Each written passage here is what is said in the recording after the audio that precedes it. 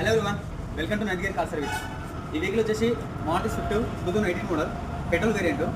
So customer complaint వచ్చేసి vehicle pickup తక్కువగా ఉంది అండ్ వెహికల్ ఏసీ ఆన్ చేసినప్పుడు కూడా వెహికల్ కరెక్ట్గా ఐడిలో ఉండట్లేదు, వెహికల్ ఆగిపోతుందని కంప్లైంట్ ఇచ్చారు కస్టమర్. సో ఒకసారి వెహికల్ చెక్ చేయాలి.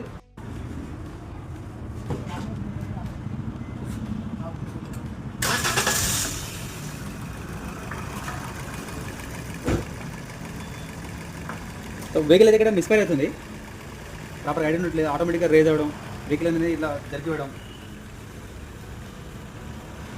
కనబడుతుంది. ఒకసారి ఏసీ ఆన్ చేస్తాను చూడండి.